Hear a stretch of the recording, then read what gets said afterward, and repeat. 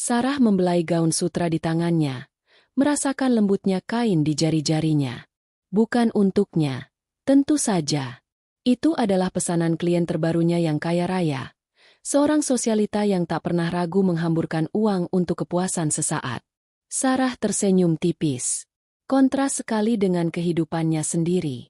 Di usianya yang menginjak 30-an akhir, ia telah membangun kerajaan kecil dari butik daringnya, menjual gaun-gaun eksklusif rancangannya sendiri. Keberhasilannya adalah buah dari kerja keras, malam-malam tanpa tidur, dan dedikasi yang tak pernah padam. Di sisi lain, ada Andi, suaminya. Pria yang dinikahinya 7 tahun lalu, yang dicintainya dengan segenap jiwa, meski kadang cinta itu terasa seperti beban berat yang dipikul sendiri. Andi, dengan senyum menawannya dan janji-janji manisnya, adalah seorang seniman lepas. Setidaknya, itulah yang ia klaim. Kenyataannya, proyek-proyeknya jarang tuntas, gagasannya seringkali hanya sebatas angan, dan pemasukan finansialnya nyaris nihil. Sarah tahu itu. Ia selalu tahu. Tapi cinta, dan harapan akan masa depan yang lebih baik, selalu mengalahkan keraguan itu. Sayang, sudah makan. Suara Andi menginterupsi lamunannya. Pria itu muncul di ambang pintu studio mini Sarah, rambutnya sedikit acak-acakan, mengenakan kaos oblong favoritnya yang sudah usang. Tangannya memegang secangkir kopi. Aroma pahitnya menguar. Sarah berbalik, membalas senyum Andi. Belum. Kamu sudah? Aku baru selesai mengecek pesanan gaun. Ini harus dikirim besok pagi. Andi melangkah mendekat, melingkarkan lengannya di pinggang Sarah dan mengecup puncak kepalanya. Belum juga. Aku tadi sibuk dengan sketsa baru. Susah sekali mencari inspirasi akhir-akhir ini. Sarah hanya mengangguk. Ya, aku tahu. Ia terbiasa dengan kesibukan Andi yang seringkali tidak membuahkan hasil. Sebagian besar tagihan, cicilan apartemen, dan biaya hidup sehari-hari ditanggung sepenuhnya olehnya. Andi sesekali menyumbang, tapi itu tak lebih dari seujung kuku jika dibandingkan dengan pengeluaran total mereka. Sarah tak pernah mengeluh. Ia mencintai Andi, dan ia percaya, suatu hari nanti, suaminya akan menemukan jalannya. Namun, beberapa minggu terakhir, ada yang berbeda. Perubahan kecil yang mulai terasa seperti tetesan air yang menembus batu. Andi mulai pulang lebih larut. Dulu, ia selalu berusaha menemani Sarah makan malam, bahkan jika ia harus bekerja di studionya hingga dini hari setelah itu. Sekarang, alasannya makin bervariasi. Bertemu klien, mencari inspirasi di kafe malam, atau sekadar berkumpul dengan teman-teman sesama seniman. Sarah mencoba percaya. Kecurigaan pertamanya muncul saat ia menemukan struk pembelian di saku celana Andi yang lupa dikeluarkan sebelum dicuci. Itu adalah struk pembelian jam tangan mewah, bermerek mahal, dari butik perhiasan ternama di pusat kota. Mata Sarah membulat. Ia tahu harga jam tangan seperti itu. Ratusan juta. Mustahil Andi membelinya untuk dirinya sendiri. Selama ini, Andi bahkan seringkali menunda membeli sepatu baru karena alasan finansial. Jantung Sarah berdebar tak karuan. Ia meraih ponselnya, mencari merek jam tangan itu di internet. Gambar-gambar jam tangan serupa muncul di layarnya, berkilauan dan mewah. Ini bukan hadiah untuknya. Ia yakin. Andi tak pernah memberinya hadiah semahal itu, bahkan di ulang tahun pernikahan mereka. Ia memberinya kalung perak sederhana yang ia buat sendiri. Katanya, dari sebuah bengkel seni. Sarah menghargainya. Tapi kontras dengan jam tangan ini. Malam itu, Sarah mencoba bertanya pada Andi, dengan nada sepelan mungkin. Tadi aku menemukan struk jam tangan di celanamu. Sayang, kamu beli itu untuk siapa? Andi terkesiap. Wajahnya sedikit pucat, dan ia tergagap. Oh, itu aku beli untuk temanku. Dia minta tolong carikan, untuk hadiah ulang tahun ibunya. Aku cuma bantu beli. Mata Sarah menyorot tajam, mencoba membaca kebohongan di matanya. Oh, begitu. Temanmu tidak bisa beli sendiri. Dia sedang sibuk. Sayang. Jadi minta tolong aku. Jawab Andi, berusaha terdengar meyakinkan, namun matanya menghindari tatapan Sarah. Sarah mengangguk perlahan, berpura-pura menerima penjelasan itu. Namun, benih kecurigaan sudah tertanam. Jam tangan mewah itu terasa terlalu pribadi untuk sekadar membantu teman. Beberapa hari kemudian, keanehan lain muncul. Ponsel Andi, yang biasanya diletakkan sembarangan di meja atau sofa, kini selalu digenggamnya.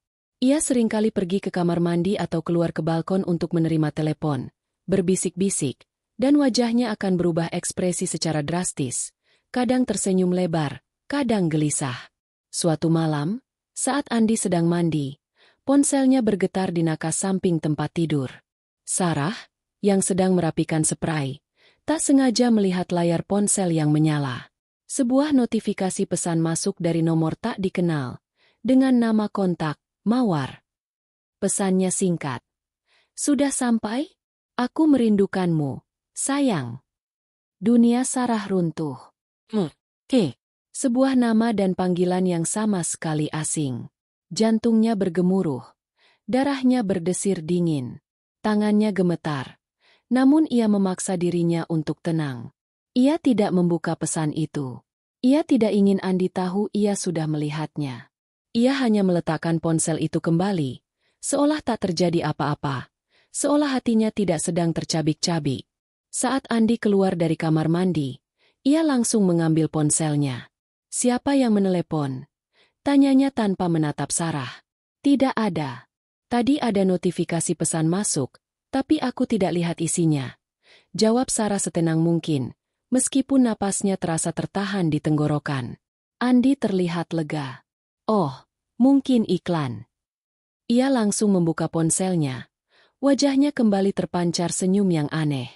Malam itu, Sarah tak bisa tidur. Ia memandangi wajah Andi yang terlelap di sampingnya, mencoba mencari tahu mengapa. Mengapa ia melakukan ini? Apakah ia tidak cukup?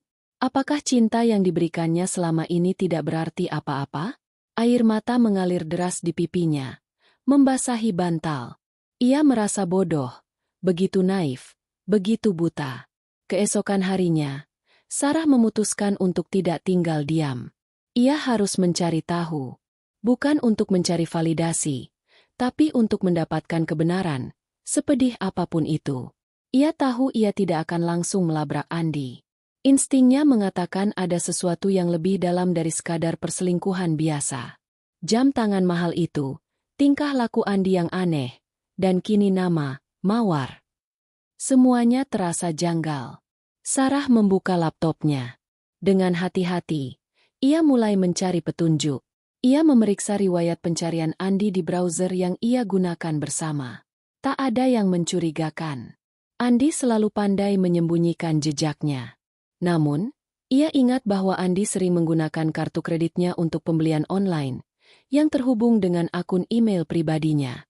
Sarah punya akses ke akun email itu. Bukan karena ia sengaja ingin mengintai, tapi karena dulu mereka pernah berbagi kata sandi untuk keperluan rumah tangga. Dengan tangan gemetar, Sarah membuka email Andi. Ia mulai memfilter email berdasarkan pengirim. Tidak butuh waktu lama sampai ia menemukan serangkaian email dari sebuah butik perhiasan yang sama dengan struk jam tangan itu. Dan bukan hanya jam tangan. Ada juga pembelian kalung berlian, anting-anting mutiara, dan gelang emas. Semuanya dengan nama penerima yang berbeda, Citra Anggraini. Sarah mengeja nama itu berulang kali. Citra Anggraini, bukan Mawar. Jadi, ada dua wanita? Atau Mawar adalah nama panggilan Citra? Otaknya berputar cepat. Tangannya gemetar saat ia menelusuri nama Citra Anggraini di media sosial. Muncullah sebuah profil Instagram yang mencolok. Foto-foto seorang wanita muda, cantik, dengan gaya hidup yang sangat mewah. Foto-foto ia berlibur di resor bintang 5, mengendarai mobil mewah, mengenakan pakaian desainer, dan memamerkan perhiasan-perhiasan yang sama persis dengan yang Sarah lihat di email Andi. Di beberapa postingan, ia bahkan menyertakan caption seperti, "Terima kasih, sayang, untuk hadiah ini." Atau, "Hidup memang indah denganmu." Jantung Sarah terasa seperti ditikam. Nafasnya tercekat. Ini bukan sekadar perselingkuhan biasa. Ini adalah Citra Anggraini, seorang wanita yang jelas-jelas terbiasa dengan kemewahan, dan ia yakin Andi lah yang memberinya semua itu. Tapi bagaimana? Dari mana Andi mendapatkan uang sebanyak itu? Sarah tahu, suaminya adalah benalu, miskin, dan tidak punya pemasukan stabil. Ini tidak masuk akal. Mata Sarah menyusuri setiap detail di profil Citra. Ia melihat foto-foto Citra di sebuah restoran mahal yang baru-baru ini ia lihat di majalah gaya hidup. Ia ingat Andi pernah mengatakan ia makan malam bisnis di sana. Sarah mengernyitkan dahi. Ini semua terlalu rapi, terlalu sempurna untuk seorang seniman lepas yang nyaris tak punya uang. Tiba-tiba, sebuah ide melintas di benak Sarah. Ide yang dingin, kejam, namun terasa begitu memuaskan. Pelakor itu tidak tahu kalau suaminya benalu dan miskin. Citra terbutakan oleh harta dan gaya hidup mewah yang dipamerkan Andi. Ia yakin Andi adalah pria kaya, pria yang bisa memberikannya segalanya. Padahal, Andi tidak punya apa-apa. Atau lebih tepatnya, Andi punya apa-apa dari dirinya. Sarah menutup laptopnya. Air matanya sudah kering. Yang tersisa hanyalah amarah yang membara dan tekad yang kuat. Ia tidak akan melabrak mereka. Ia tidak akan membuat kegaduhan.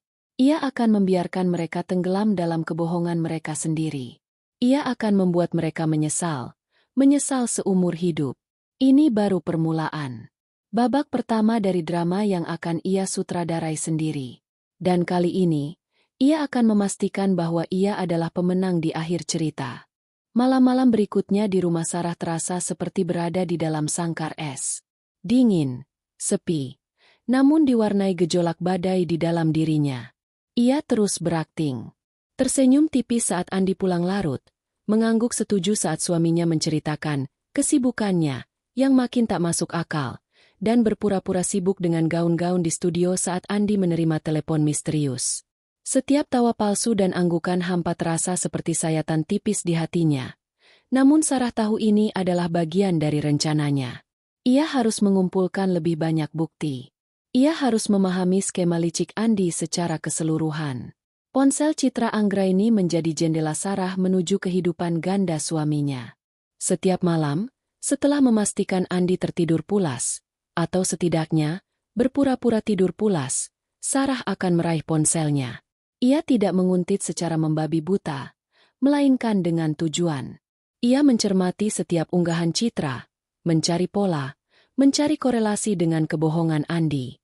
Satu hal yang paling mencolok dari profil Citra adalah konsistensi pamerannya. Hampir setiap hari, ada saja unggahan baru tentang tas bermerek, jam tangan mewah, perhiasan berkilau, atau liburan ke tempat-tempat eksotis. Semua barang-barang itu, Sarah tahu, sangat mahal. Terlalu mahal untuk seorang seniman lepas seperti Andi. Lihat ini, sayang, tas baru dari pacarku. Dia memang yang terbaik. Sebuah unggahan Citra dengan foto tas Hermes berwarna jingga cerah. Harganya bisa setara dengan uang muka rumah kecil. Sarah mendengus. Andi bahkan tidak punya uang untuk bayar cicilan mobilnya sendiri tanpa Sarah yang menutupinya. Kecurigaan Sarah semakin menguat. Ia mulai menyadari bahwa Citra seolah-olah menjual citra kekasih kayanya di media sosial. Citra selalu menyertakan caption yang mengindikasikan bahwa semua kemewahan itu berasal dari pacarnya, membuat para pengikutnya kagum dan iri. Ini bukan sekadar perselingkuhan biasa yang bersembunyi. Ini adalah pameran yang disengaja. Sarah lalu teringat ucapan Andi beberapa bulan lalu. Sayang, ada tawaran proyek besar dari seorang investor kaya. Dia suka konsep karyaku dan ingin menggunakannya untuk desain interior hotel barunya. Tapi butuh modal awal yang tidak sedikit. Saat itu, Sarah dengan polosnya memberikan sejumlah uang dari tabungannya, bahkan meminjam dari uang kas operasional butiknya. Pakai saja dulu, sayang. Semoga lancar proyeknya. Katanya waktu itu. Andi tersenyum lebar, memeluknya erat, dan berjanji akan mengembalikannya berkali lipat. Janji kosong, tentu saja. Sekarang, kepingan puzzle itu mulai terhubung. Uang modal proyek itu. Uang yang terus-menerus ia berikan untuk kebutuhan studio, bahan baku mahal, atau makan malam dengan klien penting. Semua itu bukan untuk karya seni Andi. Bukan untuk investasi masa depan mereka. Melainkan untuk menopang gaya hidup mewah Citra. Sarah merasakan mual yang luar biasa. Ia adalah bank pribadi Andi. Dan Andi menggunakan uangnya untuk membiayai wanita lain. Wanita yang tidak tahu menahu bahwa pacar kaya-nya itu sebenarnya adalah benalu. Pengangguran terselubung yang hanya bisa hidup dari keringat istrinya. Ironi ini begitu menyakitkan. Sekaligus memberikan Sarah sebuah kekuatan baru. Pelakor itu tidak tahu suaminya miskin. Ia mulai mencatat. Setiap kali Andi meminta uang dengan alasan yang tidak jelas, Sarah akan mencatat tanggal, jumlah, dan alasannya. Ia juga mulai mencocokkan tanggal-tanggal tersebut dengan unggahan Citra di media sosial. Ajaibnya, hampir selalu ada korelasi. Jika Andi meminta uang untuk pertemuan penting, tak lama setelah itu Citra akan mengunggah foto di restoran mewah. Jika Andi minta uang untuk membeli perlengkapan studio baru, tak lama kemudian Citra akan memamerkan tas baru. Suatu sore, Andi datang dengan wajah panik. "Sayang, gawat, proyekku butuh dana darurat. Ada masalah teknis yang harus segera diselesaikan, dan butuh pembelian alat mahal. Kalau tidak, proyeknya bisa gagal total," katanya. Wajahnya dibuat semelas mungkin. Sarah menatapnya datar.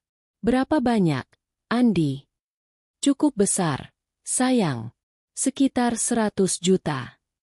Sarah hampir saja tersedak kopinya. 100 juta?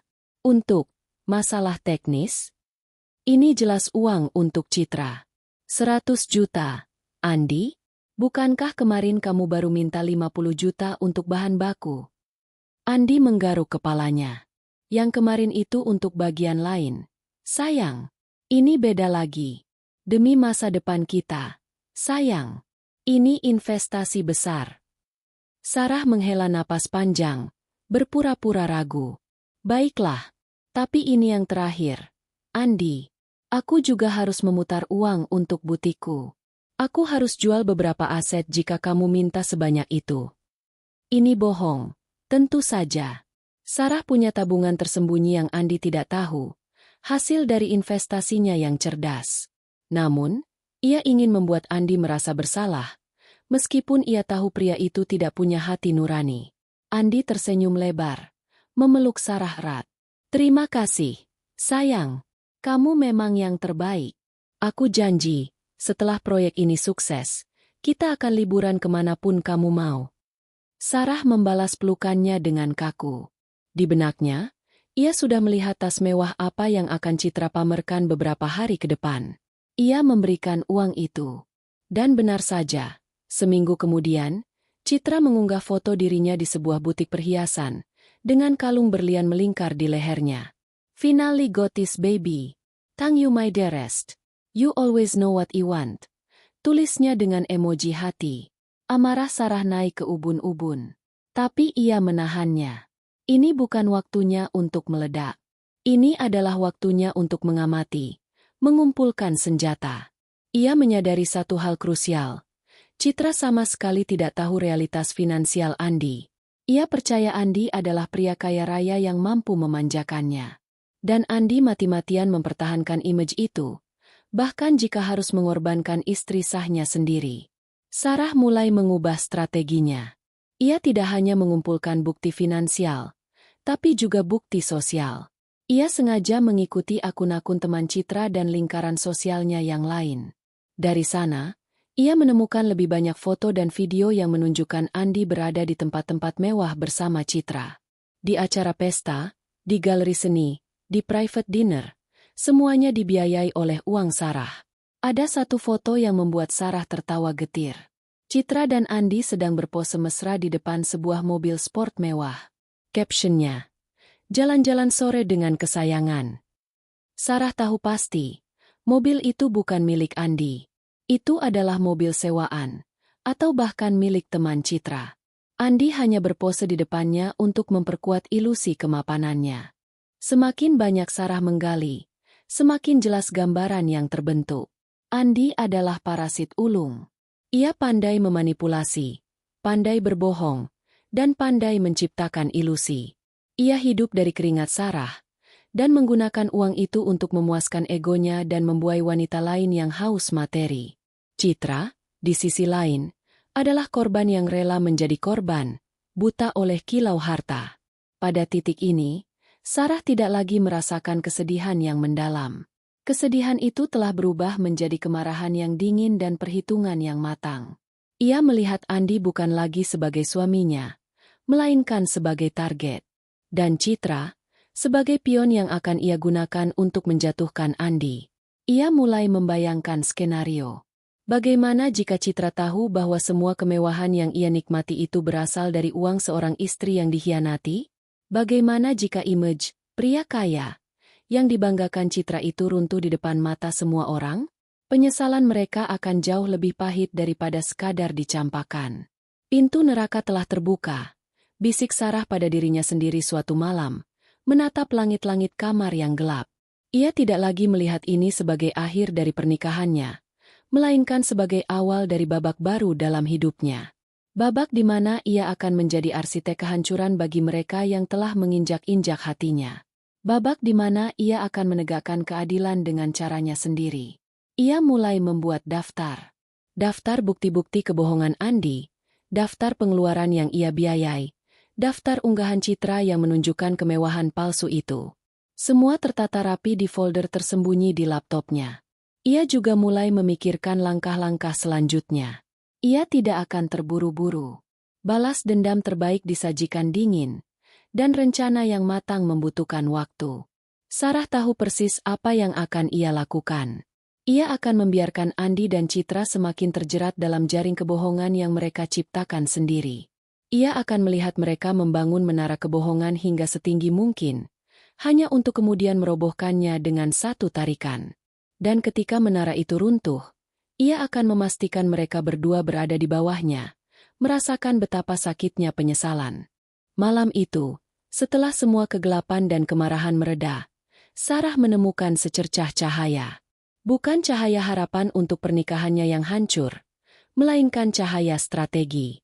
Ia duduk di meja kerjanya, bukan untuk merancang gaun, melainkan untuk merancang kehancuran. Pikirannya begitu jernih, seolah semua emosi telah menguap, meninggalkan ruang kosong untuk perhitungan yang dingin dan tajam. Andi, kamu benalu. Citra, kamu materialistis. Kalian berdua akan menyesal. Bisiknya pada layar laptop yang menampilkan foto Citra sedang tertawa riang, memegang tas mewah yang dibeli dengan uangnya. Sarah tidak ingin sekadar menceraikan Andi. Itu terlalu mudah, terlalu bersih. Ia ingin Andi dan Citra merasakan apa yang ia rasakan. Pengkhianatan, penipuan, dan kehancuran finansial. Lebih dari itu, ia ingin mereka merasakan malu. Malu yang akan terekspos di depan publik, terutama di depan lingkaran sosial Citra yang begitu menjunjung tinggi kemewahan dan citra. Rencana Sarah mulai terbentuk dalam benaknya, seperti benang-benang rumit yang ditenun menjadi kain strategi. Ini bukan tentang balas dendam yang meledak-ledak. Ini tentang penghancuran yang perlahan, sistematis, dan tak terhindarkan. Langkah pertama, kumpulkan amunisi. Sarah menyadari bahwa bukti adalah kunci. Ia sudah memiliki email pembelian dan catatan transfer uang, tapi itu belum cukup kuat untuk menjatuhkan mereka di mata publik. Ia butuh sesuatu yang lebih visual, lebih langsung. Perekaman suara. Sarah membeli alat perekam suara mini yang bisa disembunyikan. Ia akan mencoba memancing Andi untuk mengakui hal-hal tertentu, atau setidaknya, merekam percakapan yang bisa menjadi bukti kebohongan Andi tentang sumber uangnya. Ia akan menaruh alat itu di tempat-tempat strategis di rumah, berharap menangkap percakapan telepon Andi dengan Citra, atau pengakuannya kepada teman-temannya. Data keuangan. Ia mulai mendokumentasikan setiap sen uang yang ia berikan kepada Andi. Bukan hanya transfer bank, tapi juga uang tunai yang ia berikan, dengan tanggal dan alasan yang Andi berikan. Ia bahkan mulai mencari tahu total utang Andi yang mungkin ada di luar pengetahuannya. Cicilan kartu kredit atas namanya, pinjaman online, DLL. Ia tahu Andi tidak akan pernah bisa melunasi itu semua. Bukti visual. Sarah mulai mengambil screenshot setiap unggahan Citra yang berkaitan dengan hadiah dari pacar kaya-nya. Ia juga mencari tahu lokasi-lokasi mewah yang sering Citra kunjungi bersama Andi dan menyimpan bukti check-in atau foto mereka bersama dari media sosial Citra atau teman-temannya. Ia akan mencocokkan ini dengan jadwal dan alasan bisnis Andi. Langkah kedua. Keringkan sumber daya benalu. Andi adalah benalu. Untuk menghancurkan benalu, ia harus memotong akarnya. Akar Andi adalah uang Sarah. Namun, ia tidak bisa melakukannya secara drastis. Itu akan membuat Andi curiga dan mungkin mundur dari Citra, merusak rencana besar Sarah. Pembatasan akses keuangan terselubung. Sarah mulai secara halus membatasi uang yang ia berikan kepada Andi. Ia tidak akan lagi memberikan uang tunai dalam jumlah besar. Setiap kali Andi meminta uang, Sarah akan memintanya untuk mengirimkan rincian pengeluaran yang jelas, seolah-olah ia sedang berhemat untuk butiknya. Sayang, akhir-akhir ini butik agak sepi. Aku harus lebih ketat dalam pengeluaran. Tolong kirimkan rinciannya ya. Biar aku tahu prioritas mana yang harus dibayar duluan. Ujarnya dengan nada lembut tapi tegas. Ini akan membuat Andi kesulitan memanipulasi pengeluarannya untuk Citra. Penciptaan alasan palsu. Sarah mulai menciptakan alasan pengeluaran mendadak dari butiknya atau investasi baru yang membutuhkan modal besar. Ini akan menjadi alasan mengapa ia tidak bisa memberikan uang sebanyak biasanya kepada Andi. Ini juga akan menjadi dasar untuk langkah selanjutnya, membuat Andi mencari uang sendiri. Langkah ketiga. Mendorong mereka ke jurang. Ini adalah bagian paling krusial. Sarah ingin Andi dan Citra semakin terjerat dalam ilusi yang Andi ciptakan. Ia ingin Citra semakin menguras Andi, dan Andi semakin tertekan. Pancing tuntutan Citra. Sarah akan mencari cara untuk secara tidak langsung memancing Citra agar menuntut lebih banyak dari Andi. Mungkin dengan memberikan saran kepada Andi untuk membeli hadiah yang lebih mewah untuk teman bisnis. Yang Sarah tahu akan berakhir di tangan Citra. Atau, dengan memuji barang-barang mewah tertentu di depan Andi, seolah-olah ia menginginkannya, membuat Andi berpikir Citra juga akan menginginkannya. Ia tahu Andi tidak akan mau kalah pamor di depan Citra. Jebakan hutang. Sarah akan mendorong Andi untuk berhutang demi menjaga citranya di depan Citra. Sayang, aku dengar temanmu si Budi baru beli mobil sport baru. Pasti keren sekali ya. Sayang kamu kan juga suka mobil sport. Pasti cocok deh. Ucapnya santai. Ia tahu Andi, dengan harga dirinya yang semu, akan berusaha keras menyaingi Budi, bahkan jika itu berarti berhutang. Ini adalah jebakan. Andi akan semakin terjerat dalam lingkaran hutang yang tidak akan bisa ia bayar. Langkah keempat. Saatnya membuka kedok. Ini adalah klimaksnya. Sarah akan memastikan bahwa kebenaran terungkap di depan semua orang, terutama Citra dan lingkaran sosialnya. Momen publik. Sarah akan mencari momen yang tepat dan publik untuk mengungkap kebenaran. Mungkin di sebuah acara sosial, sebuah pameran seni, atau bahkan melalui media sosial. Ia tidak akan membuat kegaduhan, melainkan akan menggunakan fakta dan bukti yang tak terbantahkan. Fakta yang menghantam. Sarah akan menyajikan semua bukti yang ia kumpulkan, catatan transfer, rekaman suara, screenshot unggahan Citra, dan total utang Andi. Ia akan menunjukkan bagaimana Andi, seorang benalu, telah membiayai gaya hidup mewah Citra dengan uang istri sahnya. Reaksi Citra. Sarah yakin Citra, seorang wanita yang peduli dengan Citra dan status sosial, akan merasa sangat malu dan marah setelah kebenaran terungkap. Ia akan kehilangan pria kaya-nya dan reputasinya akan hancur. Kehancuran reputasi Andi. Andi tidak hanya akan kehilangan Citra, tetapi juga semua image palsunya.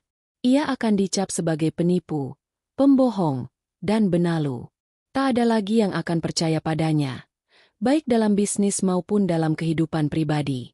Sarah memandang keluar jendela, ke langit malam yang bertaburan bintang. Sebuah senyum dingin terukir di bibirnya. Ia akan menggunakan kecerdasannya, kesabarannya, dan bahkan emosinya yang terluka sebagai senjata. Ia tidak akan membiarkan dirinya menjadi korban. Ia akan bangkit dari abu kehancuran pernikahannya, lebih kuat dan lebih bijaksana. Kalian pikir kalian bisa mempermainkan aku? Gumam Sarah. Kalian tidak tahu siapa yang kalian hadapi. Aku akan pastikan kalian menyesal. Sangat menyesal. Ia bangkit dari kursinya, mengambil secangkir teh herbal, dan berjalan ke kamar tidur. Andi terlelap dengan pulas. Sama sekali tidak menyadari badai yang sedang disiapkan istrinya. Sarah menatapnya sejenak, tanpa emosi. Pria ini, yang dulu ia cintai, kini hanyalah target. Rencana sudah matang. Kini, saatnya melangkah maju. Saatnya memulai sandiwara besar ini.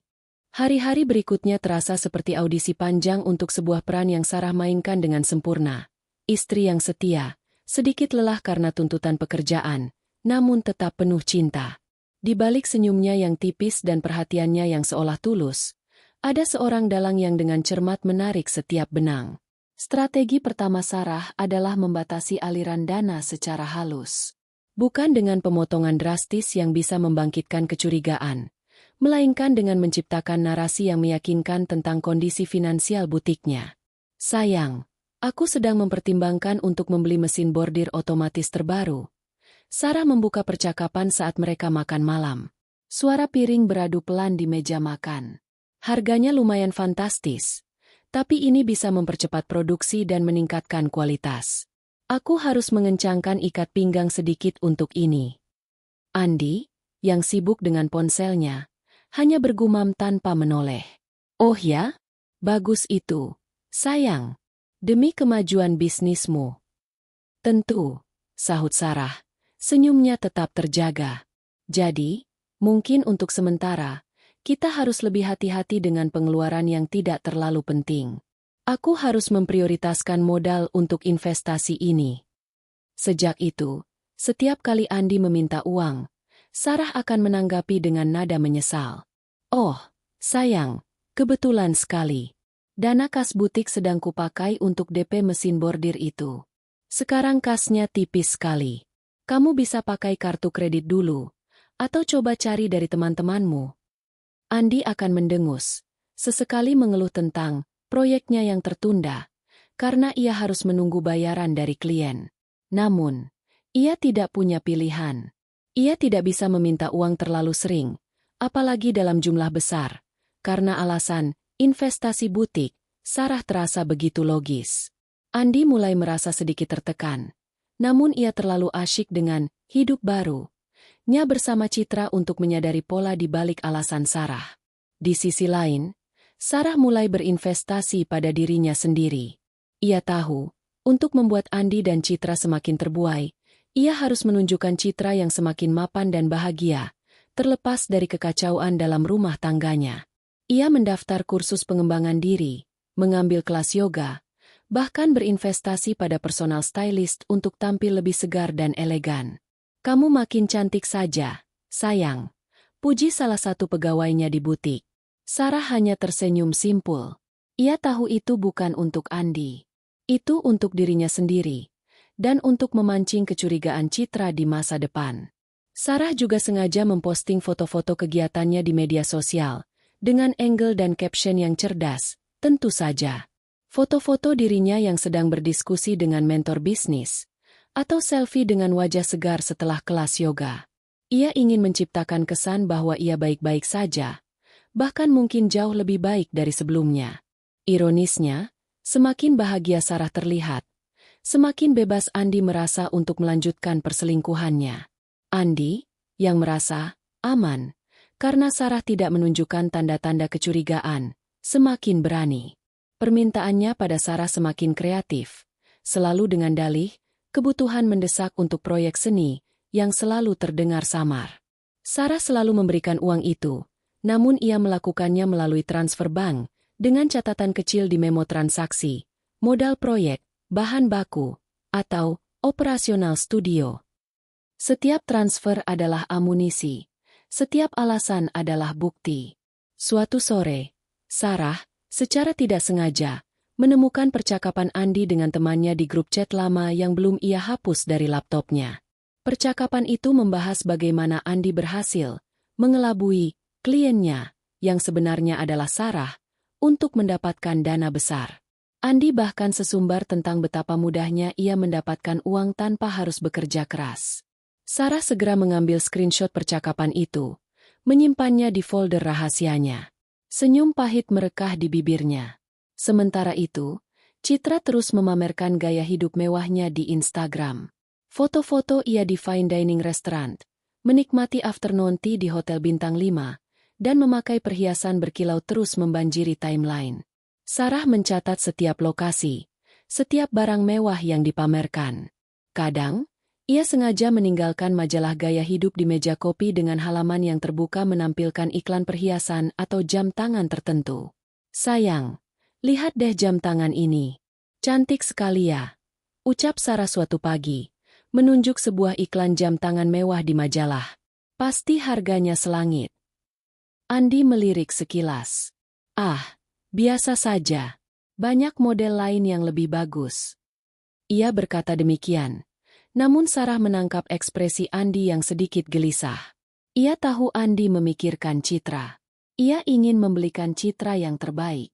Dan ia akan melakukannya, meski harus berhutang atau memeras Sarah lebih dalam.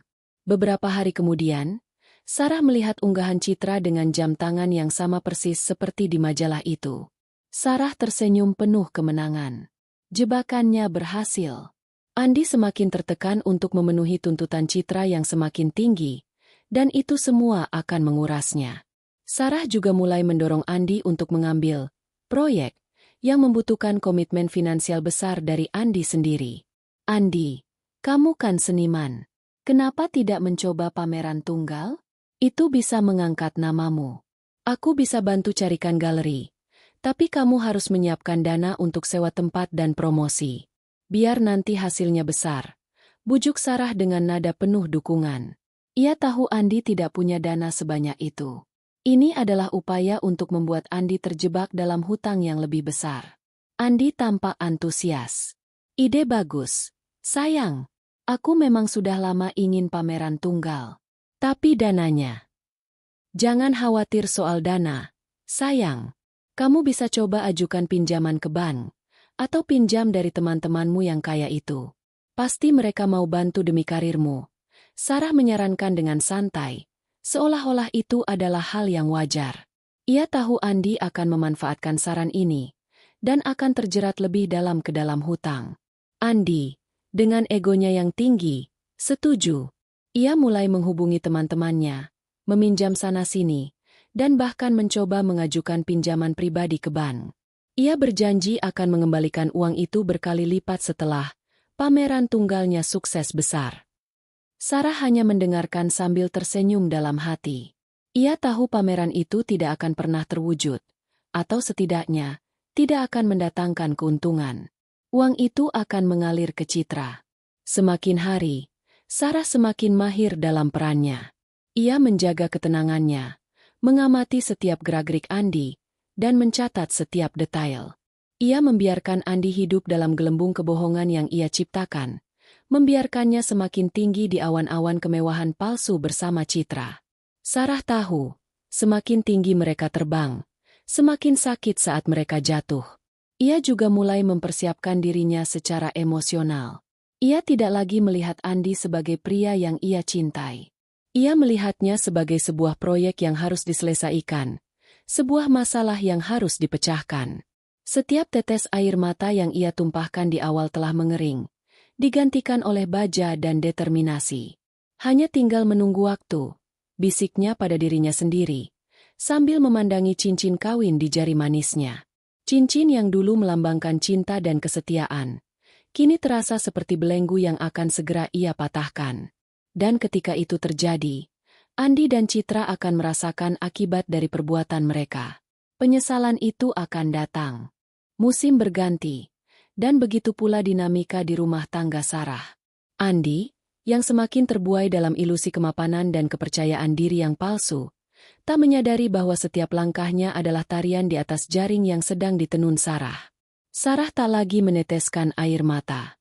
Kini, ia hanya mengamati, mencatat, dan sesekali memberikan dorongan halus yang akan mempercepat kehancuran Andi. Peran Sarah sebagai istri yang pengertian namun sedikit kewalahan, semakin sempurna.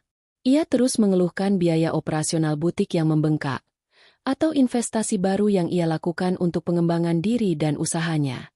"Sayang, aku baru saja ikut seminar bisnis online yang mahal sekali," ujarnya suatu sore, sambil pura-pura menyentuh pelipisnya.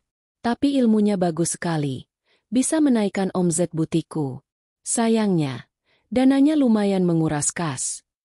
Alasan-alasan ini menjadi perisai bagi Sarah untuk menolak permintaan uang Andi secara halus, tanpa menimbulkan kecurigaan.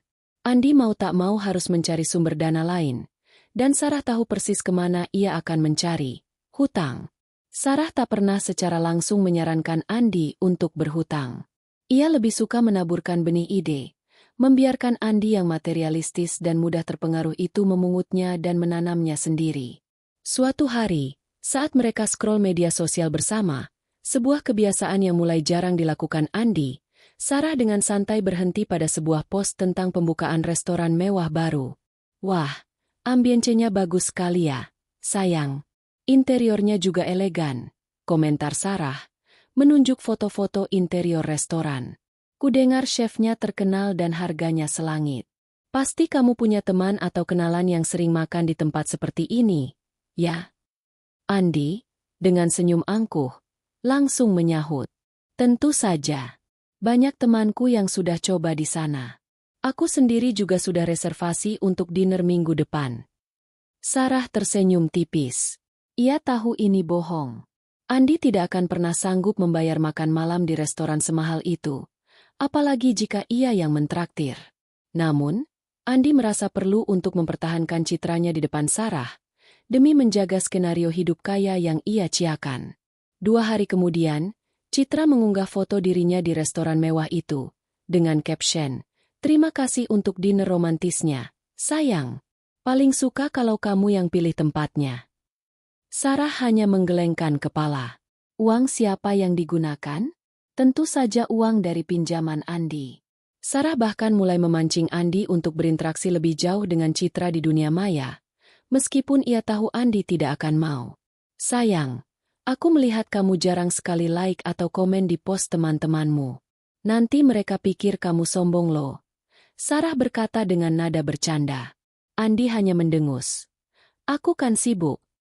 Namun, Sarah tahu bahwa Andi tidak ingin jejak digitalnya terlalu banyak terhubung dengan Citra, agar perselingkuhan itu tidak terlalu mencolok. Kebiasaan sembunyi-sembunyi Andi ini justru menjadi celah bagi Sarah. Ia juga mulai mendorong Andi untuk membeli barang-barang yang lebih mencolok, namun dengan dalih yang terselubung. "Andi, bukankah seniman sepertimu harus punya branding yang kuat? Bagaimana kalau kamu ganti mobilmu? Mobil yang sekarang sudah lumayan tua. Mobil baru yang lebih stylish bisa mencerminkan citramu sebagai seniman sukses.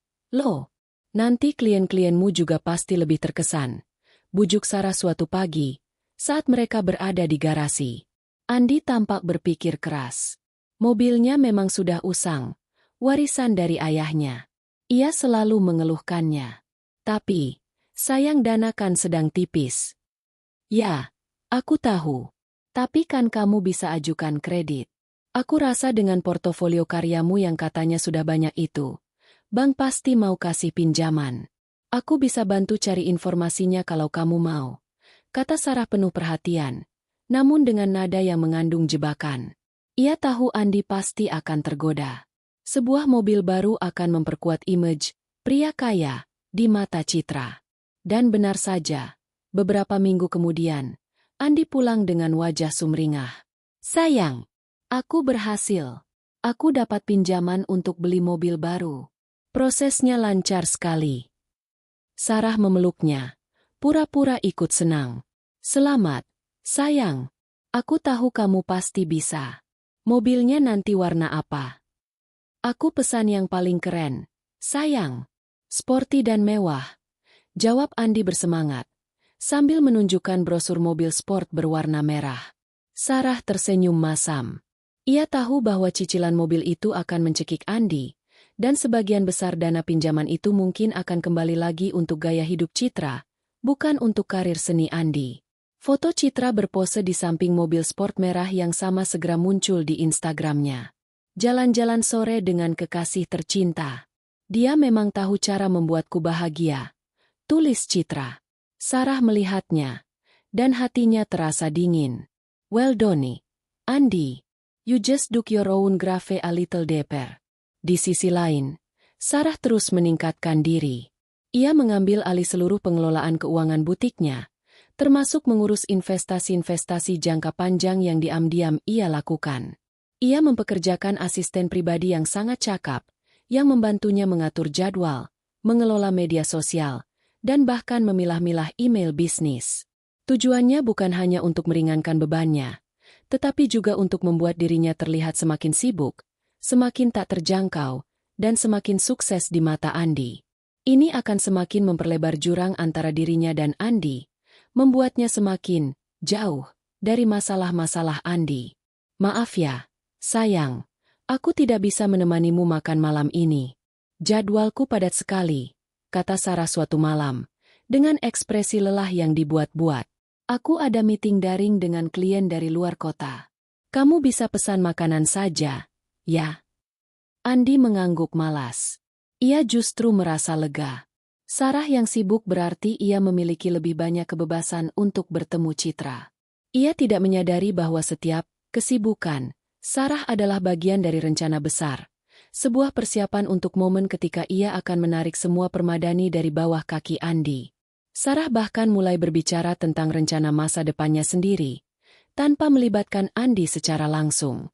Aku berpikir untuk membeli ruko di pusat kota untuk memperluas butikku, ujarnya suatu sore.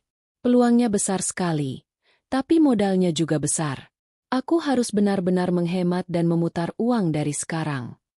Andi hanya mendengarkan sambil lalu. Ia tidak terlalu peduli dengan rencana Sarah, selama ia masih bisa mendapatkan uang darinya. Ia sibuk membayangkan bagaimana ia akan memamerkan rumah baru atau mobil mewah untuk Citra di masa depan, tanpa menyadari bahwa semua itu hanya ilusi. Jaring yang ditenun Sarah semakin lebar, semakin kuat, dan semakin tak terlihat. Andi dan Citra, dengan segala kebutaan dan keserakahan mereka, melangkah semakin dalam ke dalamnya. Mereka berdua terbuai oleh kepalsuan, membangun kastil pasir di atas lahan basah, yang sebentar lagi akan dihantam gelombang. Dan Sarah, sang dalang, hanya tinggal menunggu waktu yang tepat untuk menarik benang terakhir. Andi bagaikan boneka di atas panggung, menari mengikuti irama yang dimainkan Sarah. Setiap langkahnya, setiap keputusannya, kini tak lagi murni miliknya. Ia semakin terjerat dalam jaring hutang yang ia ciptakan sendiri, demi mempertahankan ilusi kemapanan di mata Citra. Awalnya, pinjaman-pinjaman itu terasa mudah. Teman-teman Andi, yang terkesan dengan cerita, proyek besar, dan pameran tunggal yang ia gembar-gemborkan, dengan senang hati meminjamkan uang. Bank juga meloloskan kredit mobilnya, percaya pada track record Sarah yang selalu membayar tagihan tepat waktu. Namun, seiring berjalannya waktu, cicilan mulai menumpuk. Tagihan kartu kredit membengkak. Pinjaman online, yang ia ambil diam-diam untuk kebutuhan mendesak Citra, mulai menagih bunga yang mencekik. Andi mulai merasakan tekanan. Wajahnya sering terlihat tegang, kantung matanya menghitam. Ia seringkali melamun, menghitung-hitung pengeluaran di kepalanya. Sarah mengamati semua itu dari kejauhan, dengan senyum tipis yang tak terbaca. Andi, kamu kenapa? Kok akhir-akhir ini sering melamun? Tanya Sarah suatu pagi, saat mereka sarapan.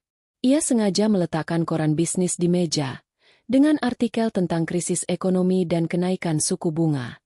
Andi tersentak. Ah, tidak apa-apa, sayang. Hanya pusing memikirkan proyek. Banyak sekali detail yang harus diurus. Ia berusaha terdengar meyakinkan, namun suaranya sedikit bergetar. Oh ya? Kalau ada apa-apa, cerita saja padaku, sayang. Jangan dipendam sendiri. Sarah menawarkan, dengan nada prihatin yang dibuat-buat. Ia tahu Andi tidak akan pernah bercerita. Harga dirinya terlalu tinggi. Andi semakin sering menerima telepon dari nomor tak dikenal, yang ia jawab dengan suara berbisik dan raut wajah cemas. Sarah tahu itu adalah para penagih hutang. Ia bahkan sesekali mendengar Andi berdebat di telepon, mencoba menunda pembayaran atau meminta keringanan. Di sisi lain, tuntutan Citra semakin tak terkendali. Melihat Andi yang selalu bisa memenuhi keinginannya, Citra semakin berani meminta. Sebuah tas edisi terbatas, liburan mewah ke Bali, perhiasan berlian yang lebih besar. Citra tak tahu bahwa setiap permintaan itu adalah paku yang menancap lebih dalam ke peti mati finansial Andi. Sayang, aku ingin sekali pergi ke Maldives. Rengek Citra dalam sebuah panggilan telepon yang tak sengaja terdengar Sarah dari balik pintu studio. Teman-temanku semua sudah ke sana. Aku kan juga mau. Sarah mendengar Andi menghela napas berat. Tapi, sayang, Maldives kan mahal sekali. Kita baru saja liburan ke Bali. Ah, kamu ini, katanya kaya raya. Masa Maldives saja tidak bisa? Kamu tidak sayang padaku, ya? Suara Citra terdengar merajuk. Andi akhirnya menyerah. Baiklah, baiklah. Nanti aku atur. Tapi kamu harus sabar, ya? Sarah tersenyum sinis. Ia tahu Andi akan mencari uang itu. Entah dari mana.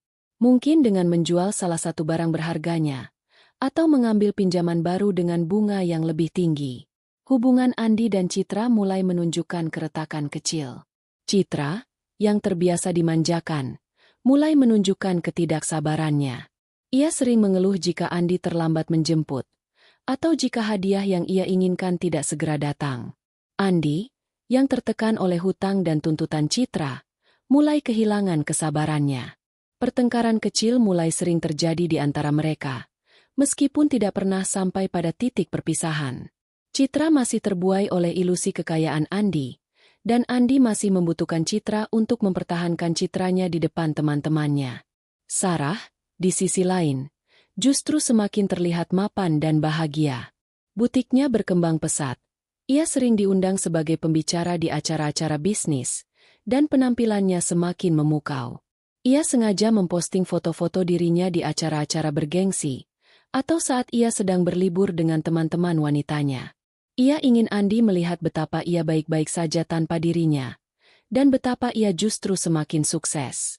Kamu makin sibuk saja ya, sayang, komentar Andi suatu malam, saat Sarah baru pulang dari sebuah acara networking. Aku jadi jarang melihatmu di rumah. Ya, begitulah. Bisnis memang butuh perhatian ekstra, jawab Sarah santai. Tapi ini kan demi masa depan kita juga, sayang. Ia sengaja mengatakan, masa depan kita, untuk membuat Andi merasa bersalah, meskipun ia tahu itu tidak akan banyak berpengaruh. Andi justru merasa sedikit terintimidasi oleh kesuksesan Sarah. Ia merasa semakin kecil di samping istrinya yang semakin bersinar. Namun, ia terlalu sombong untuk mengakui hal itu. Ia justru semakin tenggelam dalam kebohongan dan ilusi kekayaan yang ia ciptakan untuk Citra. Suatu hari, Sarah menerima telepon dari seorang teman lama Andi. Sarah, aku mau tanya, Andi itu kerja apa sekarang? Kok dia sering pinjam uang padaku, bilangnya untuk modal proyek, tapi kok tidak pernah dikembalikan? Sarah berpura-pura terkejut. Oh ya? Aku tidak tahu, Mas. Katanya sih proyeknya sedang banyak. Mungkin dia lupa mengembalikan. Sarah tidak memberikan informasi lebih lanjut. Ia hanya menanamkan benih keraguan di benak teman Andi.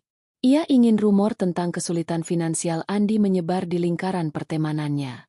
Tak lama kemudian, teman-teman Andi mulai menjauh. Panggilan teleponnya sering tidak diangkat. Ajakannya untuk berkumpul sering ditolak. Andi mulai merasa dikucilkan, namun ia tidak tahu mengapa. Ia hanya menyalahkan kesibukan teman-temannya. Andi semakin sering pulang ke rumah dengan wajah murung. Ia akan langsung masuk ke kamar, mengunci diri, dan menghabiskan waktu dengan ponselnya.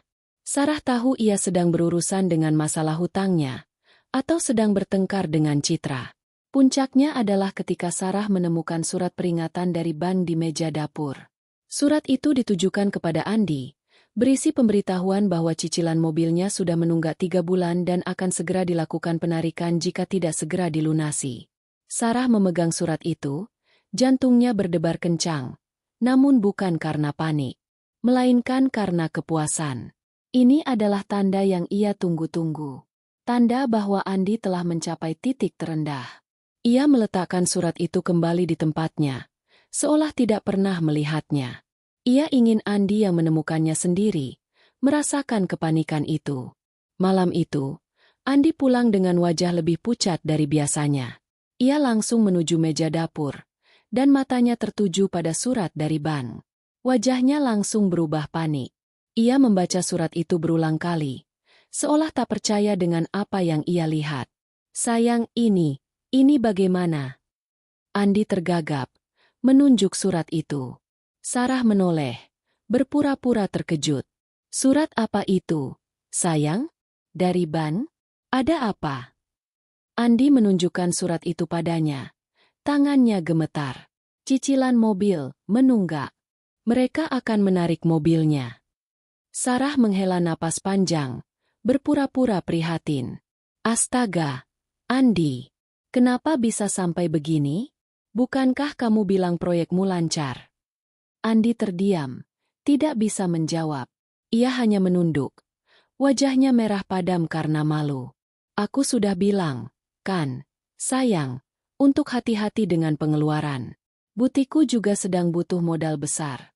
Aku tidak punya uang sebanyak itu untuk menutupi cicilan mobilmu, kata Sarah, dengan nada lembut namun tegas. Ia tahu kata-kata itu akan menghantam Andi telak. Andi hanya bisa terdiam. Ia tahu ia telah mencapai batasnya. Ia tidak punya uang. Teman-temannya menjauh. Citra semakin menuntut. Dan sekarang, mobil yang ia gunakan untuk memamerkan diri di depan Citra akan ditarik. Sarah menatap suaminya yang terpuruk. Ini baru permulaan. Ia akan membiarkan Andi merasakan kehancuran finansial itu lebih dalam lagi. Ia akan membiarkan Citra melihat kehancuran itu dengan mata kepalanya sendiri. Dan ketika itu terjadi, penyesalan itu akan datang. Andi seperti mayat hidup. Surat peringatan dari bank tentang penarikan mobilnya menjadi pukulan telak yang meruntuhkan benteng kebohongan yang susah payah ia bangun. Ia mencoba menyembunyikan masalah ini dari Citra, namun kegelisahannya terlalu kentara. Kamu kenapa sih, sayang? Kok murung terus? Tanya Citra suatu sore, saat mereka sedang makan siang di sebuah kafe. Ia mengernyitkan dahi, tidak terbiasa melihat Andi yang tak seceria biasanya. Pekerjaanmu ada masalah? Atau jangan-jangan kamu sedang tidak punya uang? Nada terakhir Citra terdengar menuntut, dengan kilatan mata curiga. Andi tergagap. Tidak ada apa-apa, sayang. Hanya sedikit pusing dengan klien yang rewel. Ia berusaha tersenyum, namun senyum itu terasa pahit. Uang? Tentu saja ada. Kenapa kamu berpikir begitu? Habis. Kamu aneh saja. Biasanya kamu yang paling semangat kalau aku ajak shopping. Sekarang kok malah diam saja. Citra mencibir. Tanda-tanda keretakan dalam hubungan mereka semakin jelas. Citra tidak peduli dengan masalah Andi. Ia hanya peduli dengan apa yang bisa Andi berikan padanya. Sementara Andi terpuruk, Sarah justru semakin bersinar. Ia baru saja menandatangani kontrak besar dengan sebuah perusahaan e-commerce multinasional untuk produksi gaun-gaun eksklusif. Popularitas butiknya melejit, dan ia bahkan mulai diundang untuk menjadi juri di ajang peragaan busana lokal. Ia sengaja mengunggah foto-foto kemenangannya di media sosial, memastikan Andi bisa melihatnya. Sayang, aku akan ada press conference besok, kata Sarah kepada Andi suatu malam, dengan nada riang. Aku dapat proyek besar, dan mereka ingin mengadakan acara perkenalan. Andi hanya bergumam. Oh, ia tidak lagi menunjukkan minat yang sama seperti dulu. Ia terlalu sibuk memikirkan bagaimana caranya menutupi hutang dan mencegah mobilnya ditarik. Sarah melihat ponsel Andi tergeletak di meja saat suaminya pergi ke kamar mandi. Ia tahu ini adalah kesempatan. Dengan cepat, ia membuka aplikasi pinjaman online di ponsel Andi. Matanya membulat melihat jumlah total hutang Andi yang mencapai angka fantastis. Tidak hanya cicilan mobil, tapi juga pinjaman tanpa jaminan dengan bunga selangit. Lebih dari itu, ia melihat daftar kontak darurat yang Andi masukkan, bukan Sarah, melainkan nama seorang teman lama dan nama Citra Anggraini. Sebuah ide melintas di benak Sarah. Ini adalah saatnya. Bom waktu itu harus meledak. Ia memutuskan untuk tidak langsung melabrak Andi. Sarah ingin Citra merasakan guncangan yang sama. Ia ingin Citra, dengan segala kesombongan dan kebutaannya, menyadari bahwa pria kaya-nya itu hanyalah penipu ulung yang hidup dari keringat orang lain. Sarah tidak akan mengungkapkan semuanya secara langsung kepada Citra. Ia akan menanamkan benih kecurigaan, membiarkan Citra yang rakus itu menggali kebenarannya sendiri. Keesokan harinya, saat Andi pergi bekerja, atau lebih tepatnya, mencoba menghindari penagih hutang, Sarah mengirimkan pesan anonim ke Citra melalui media sosial. Pesan itu singkat, namun menusuk. Hati-hati, Andi itu tidak sekaya yang kamu kira. Cek saja cicilan mobilnya yang sebentar lagi ditarik. Sumber kekayaannya itu dari keringat orang lain. Sarah sengaja menggunakan akun anonim dan tidak memberikan detail spesifik. Ia tahu Citra, yang sangat menjaga citranya di media sosial, akan panik dan mulai mencari tahu. Pesan itu akan menggerogoti pikiran Citra, membuatnya bertanya-tanya. Tak butuh waktu lama. Sarah melihat melalui akun media sosial Citra bahwa wanita itu mulai mengunggah caption yang lebih gelisah. Ujian dalam hubungan. Atau, ketika semua tak seindah yang terlihat. Citra juga mulai jarang mengunggah foto hadiah mewah. Bahkan, ada satu unggahan Citra sedang berada di sebuah dealer mobil, tampak berbicara serius dengan seorang sales. Sarah tahu pasti, Citra sedang menyelidiki mobil Andi. Sementara itu, Sarah menghubungi pengacaranya. Ia tidak ingin lagi menunda perceraian. Ia sudah mengumpulkan semua bukti yang diperlukan. Catatan transfer, screenshot percakapan Andi, bukti-bukti pembelian barang mewah untuk Citra, dan total hutang Andi yang fantastis. Pengacaranya terkejut melihat betapa rapi dan sistematisnya Sarah mengumpulkan semua itu. Ini sudah lebih dari cukup, Bu Sarah. Kita bisa mengajukan gugatan cerai dengan tuntutan pembagian harta gonogini dan juga tuntutan ganti rugi atas penipuan finansial, kata pengacaranya. Sarah menggeleng. Tidak, Bu. Saya tidak butuh gonogini. Saya hanya ingin dia merasakan konsekuensi perbuatannya. Saya hanya ingin dia dan wanita itu tahu siapa saya sebenarnya. Pengacara Sarah mengangguk, memahami tekad kliennya. Mereka pun mulai mempersiapkan dokumen perceraian. Beberapa hari kemudian, mobil Andi benar-benar ditarik. Penagih datang ke apartemen mereka saat Andi sedang tidak ada di rumah. Sarah membuka pintu dengan tenang, menyaksikan mobil yang dulu Andi pamerkan di depan Citra itu kini dibawa pergi. Ia bahkan tidak menunjukkan ekspresi apapun. Ketika Andi pulang dan melihat garasinya kosong, wajahnya langsung memucat. Sayang mobilku, kemana? Sudah ditarik bank. Andi. Aku tidak punya uang untuk membayarnya. Jawab Sarah datar, tanpa emosi. Sudah kubilang, kan? Jangan memaksakan diri. Andi terduduk lemas di sofa. Tubuhnya bergetar. Ponselnya berdering. Nama, Citra, muncul di layar. Andi ragu-ragu mengangkatnya. Sarah mendengar suara Citra yang melengking dari ponsel Andi. Andi, kamu kemana saja? Kenapa mobilmu tidak ada? Aku dengar-dengar ada yang ditarik ban. Andi mencoba menjelaskan, namun suara Citra semakin meninggi. Sarah tersenyum tipis. Jaring itu sudah terbentang sepenuhnya, dan mereka berdua sudah terjerat di dalamnya. Puncaknya terjadi saat Sarah secara resmi menyerahkan surat gugatan cerai kepada Andi. Sarah menyerahkan surat itu sendiri, di ruang tamu mereka. Andi membaca surat itu, dan wajahnya langsung memucat. Ia menatap Sarah dengan tatapan tidak percaya, seolah baru pertama kali melihat istrinya. Sarah? Apa ini? Suara Andi bergetar. Itu adalah akhir dari sandiwara kita, Andi. Jawab Sarah. Suaranya dingin dan tegas. Aku tahu semuanya. Jam tangan itu, perhiasan itu, liburan itu, mobil itu, Semuanya dari uangku, atau dari hutangmu yang tidak bisa kamu bayar. Dan Citra, dia tidak tahu suamiku ini benalu dan miskin. Andi terdiam, tidak bisa berkata-kata. Wajahnya memerah padam, namun bukan karena marah, melainkan karena malu yang luar biasa. Ia tak menyangka Sarah tahu semuanya, dan ia tak menyangka bahwa Sarah akan bertindak secepat ini. Kau tahu semuanya, bisik Andi. Tentu saja. Dan sekarang, Citra juga akan segera tahu semuanya, kata Sarah, memandang lurus ke mata Andi. Selamat menikmati hidupmu yang baru, Andi. Hidup tanpa aku, dan tanpa uangku. Sarah berbalik, meninggalkan Andi yang terpuruk dalam kehancuran yang ia ciptakan sendiri. Bom waktu telah meledak. Dan kini, saatnya menyaksikan kehancuran yang sesungguhnya. Andi berdiri mematung di ruang tamu, surat gugatan cerai di tangannya terasa seperti selembar es yang membakar. Sarah telah pergi, meninggalkan keheningan yang memekakan telinga. Namun di benaknya, suara-suara teriakan dan tuduhan Citra mulai bergema. Ia tahu ini bukan hanya soal perceraian. Ini adalah kehancuran reputasi, hidup, dan semua ilusi yang telah ia bangun. Pada saat yang sama, Citra mulai panik.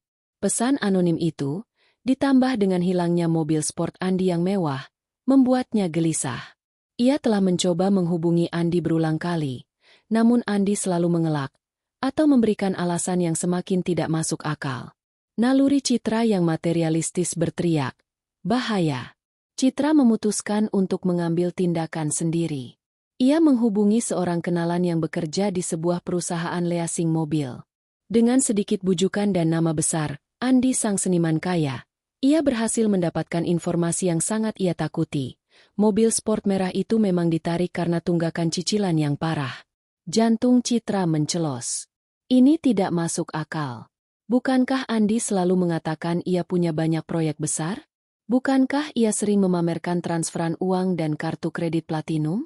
Citra mulai menelusuri ulang semua unggahan lamanya di Instagram, semua hadiah yang Andi berikan, semua tempat mewah yang mereka kunjungi. Sebuah keraguan besar mulai tumbuh menjadi amarah yang membara. Sementara itu, Sarah menghubungi Citra secara langsung. Bukan melalui pesan anonim lagi, melainkan dengan nomor ponsel pribadinya. Sarah meminta Citra untuk bertemu di sebuah kafe yang tenang dan jauh dari keramaian. Ia tidak memberikan detail, hanya mengatakan ada sesuatu yang penting yang harus ia sampaikan mengenai Andi. Citra, yang sudah diselimuti rasa penasaran dan kecurigaan, menyetujuinya. Ia datang dengan wajah angkuh, mencoba menyembunyikan kegelisahannya. Ketika melihat Sarah duduk di depannya, Citra mengerutkan kening. Ia samar-samar mengenal Sarah dari foto-foto lama di media sosial Andi, tapi ia tak pernah membayangkan akan bertemu langsung. Maaf, Anda siapa ya? Dan ada urusan apa dengan Andi? Tanya Citra. Nada suaranya ketus dan defensif. Sarah tersenyum tipis.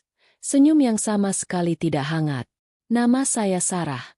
Saya istri sah Andi. Dunia Citra seakan runtuh. Wajahnya langsung pucat pasi. Matanya membelalak tak percaya. Apa? Istri? Kamu bohong. Andi bilang dia sudah tidak punya istri. Benarkah? Dia tidak memberitahu Anda bahwa kami baru saja mengajukan gugatan cerai. Sarah mengeluarkan beberapa lembar dokumen dari tasnya. Akta nikah, kartu keluarga, dan salinan gugatan cerai yang baru saja didaftarkan. Ia menyerahkannya pada Citra. Kami masih sah menikah sampai hari ini. Citra membaca dokumen-dokumen itu dengan tangan gemetar. Keringat dingin mulai membasahi pelipisnya. Ini nyata. Ini bukan mimpi buruk. Tapi, semua hadiah ini, mobil itu, dia bilang itu dari hasil kerja kerasnya. Suara Citra nyaris tak terdengar, diliputi rasa malu dan marah yang luar biasa. Sarah mengangguk perlahan. Oh, ya, tentang itu. Mari saya ceritakan asal-usul, kekayaan, Andi. Dengan tenang dan tanpa emosi, Sarah mulai membeberkan semuanya. Ia menunjukkan screenshot transferan uang dari rekeningnya ke rekening Andi, lengkap dengan memo, modal proyek, bahan baku studio, dan alasan-alasan palsu lainnya. Ia menunjukkan foto-foto hadiah mewah yang Citra pamerkan di Instagram, lalu menyandingkannya dengan bukti pembelian dari email Andi, yang dibayar menggunakan kartu kredit Sarah atau uang pinjaman. Jam tangan ini, Sarah menunjuk foto jam tangan mewah di ponsel Citra. Saya yakin Anda kenal. Dibeli dengan uang dari tabungan saya, yang saya kumpulkan mati-matian dari hasil kerja keras saya di butik. Kalung berlian itu, lanjut Sarah, menunjukkan foto lain. Itu dibeli setelah Andi meminta uang darurat ratusan juta untuk masalah teknis proyek. Ternyata masalah teknisnya adalah keinginan Anda akan berlian. Citra mendengarkan. Mulutnya ternganga. Wajahnya memerah padam, berganti-ganti antara amarah, malu, dan shock. Setiap bukti yang ditunjukkan Sarah terasa seperti tamparan keras di wajahnya. Anda tahu, Nona Citra. Sarah melanjutkan. Suaranya tetap tenang namun menusuk. Andi itu benalu. Dia tidak punya apa-apa. Semua kekayaan yang Anda nikmati itu berasal dari saya. Dia menipu saya, menguras uang saya, demi memanjakan Anda dan mempertahankan image palsu yang dia ciptakan. Dia bahkan tidak sanggup membayar cicilan mobilnya sendiri. Mobil yang sering Anda pamerkan itu sekarang sudah ditarik bank. Dia hidup dari hutang, dari keringat saya. Dan Anda adalah salah satu alasan utama mengapa dia terjerat begitu dalam. Citra merasa dunianya hancur berkeping-keping. Ia bukan hanya merasa bodoh karena telah ditipu, tetapi juga sangat malu. Selama ini ia memamerkan pacar kayanya di media sosial, membuat semua orang iri, dan kini terungkap bahwa semua itu hanyalah kebohongan besar yang dibiayai oleh istri sah selingkuhannya. Reputasinya, yang ia junjung tinggi, kini tercoreng. Tidak mungkin dia bohong, dia bilang dia sendiri yang kaya. Citra tergagap, berusaha mencari pembelaan. Silakan Anda cek sendiri semua bukti yang saya berikan. Anda bisa hubungi teman-teman Andi yang mulai menjauhinya karena dia sering berhutang. Anda bisa cek rekeningnya, atau bahkan menelepon bank. Saya rasa Anda akan menemukan kebenaran yang jauh lebih pahit, kata Sarah, menyilangkan tangannya di dada.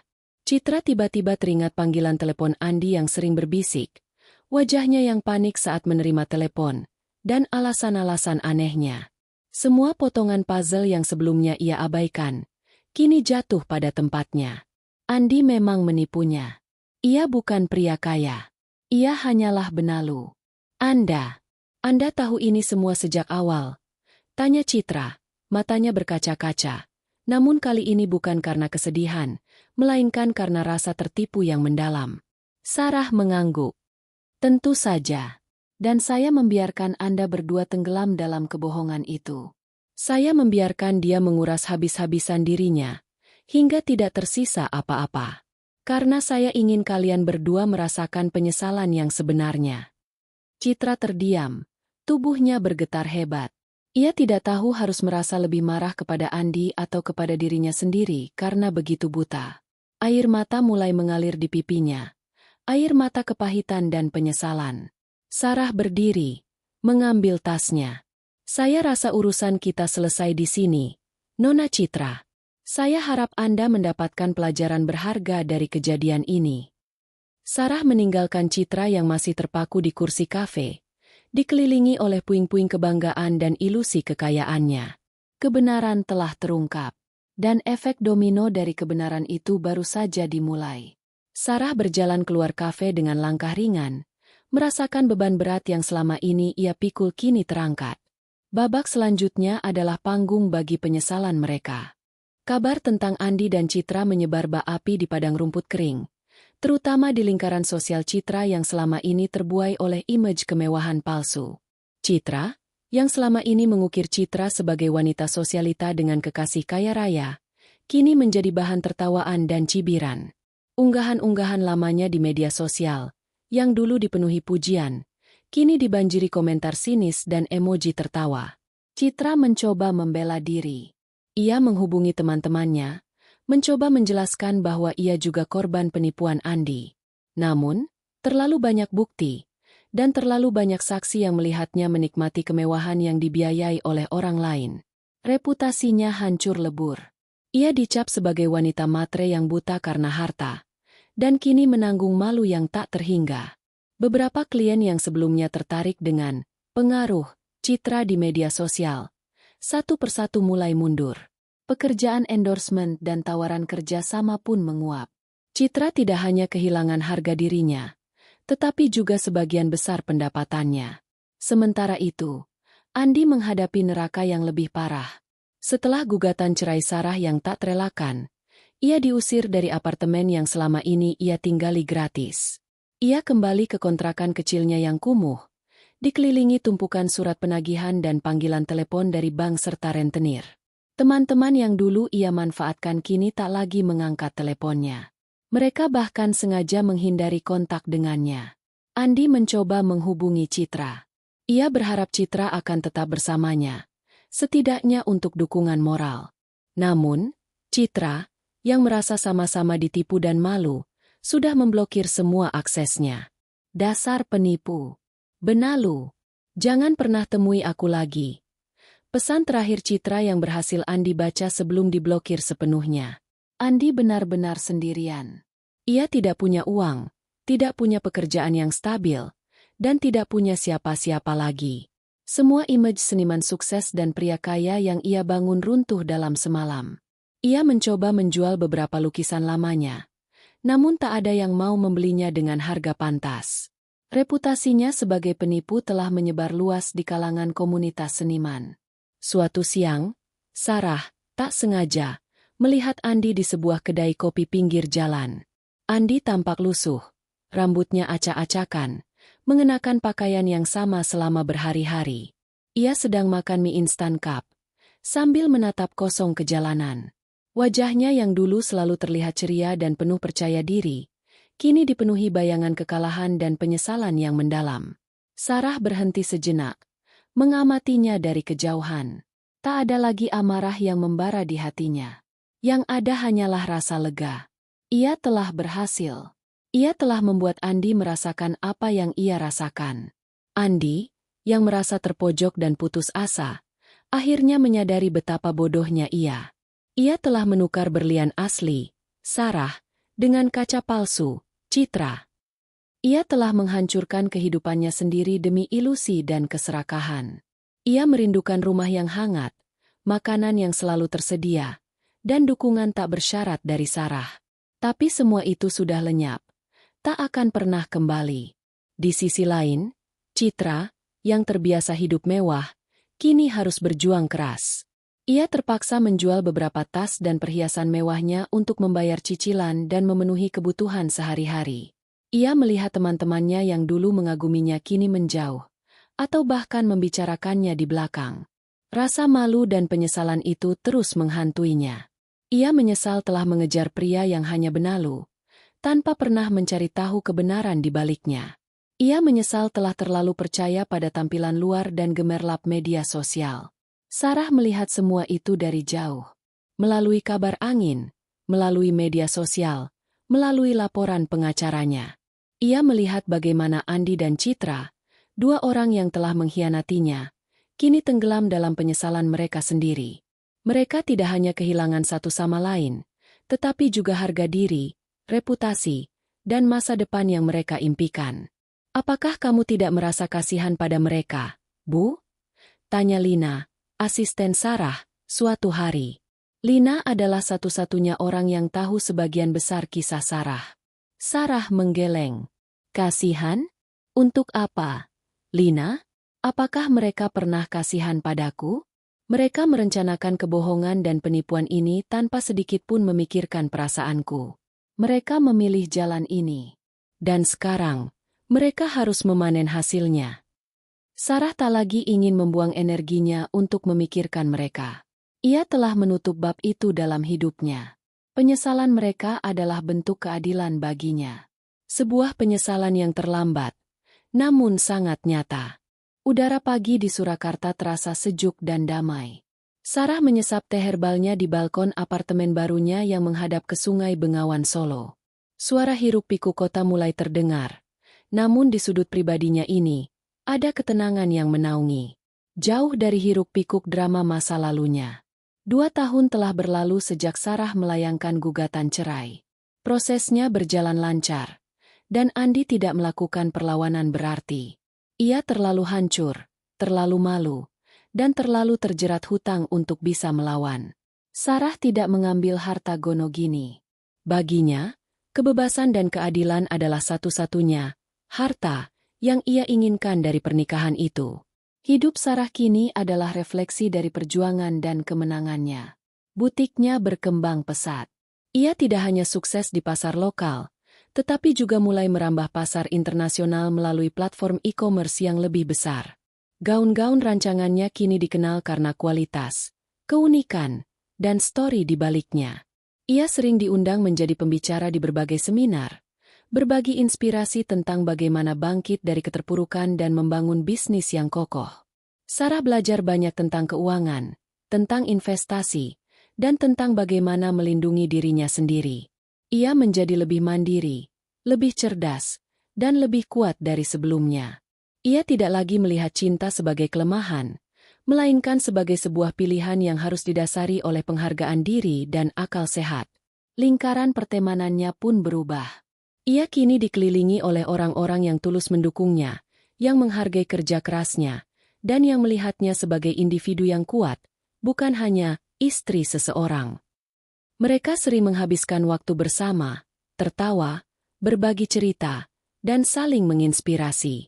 Ada kehangatan dan kejujuran dalam hubungan-hubungan barunya ini, sesuatu yang tidak pernah ia rasakan sepenuhnya dalam pernikahannya dulu. Suatu hari, Sarah menerima pesan dari Lina, asisten pribadinya. "Bu, ada berita tentang Andi. Dia terlihat bekerja sebagai office boy di sebuah gedung perkantoran di Jakarta. Katanya masih terlilit hutang." Sarah membaca pesan itu. Tidak ada emosi yang muncul.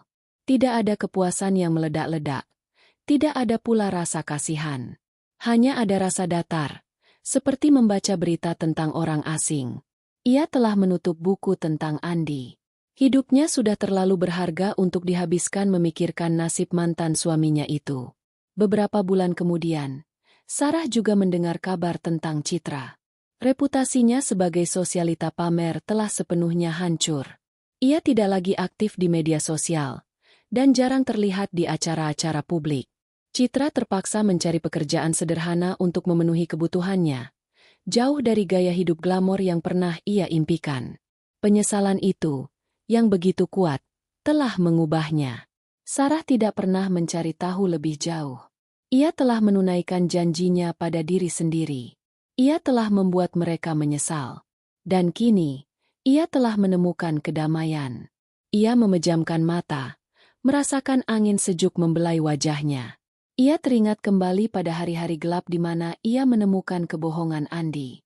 Air mata, kemarahan, dan rencana balas dendam yang dingin. Semua itu adalah bagian dari perjalanannya.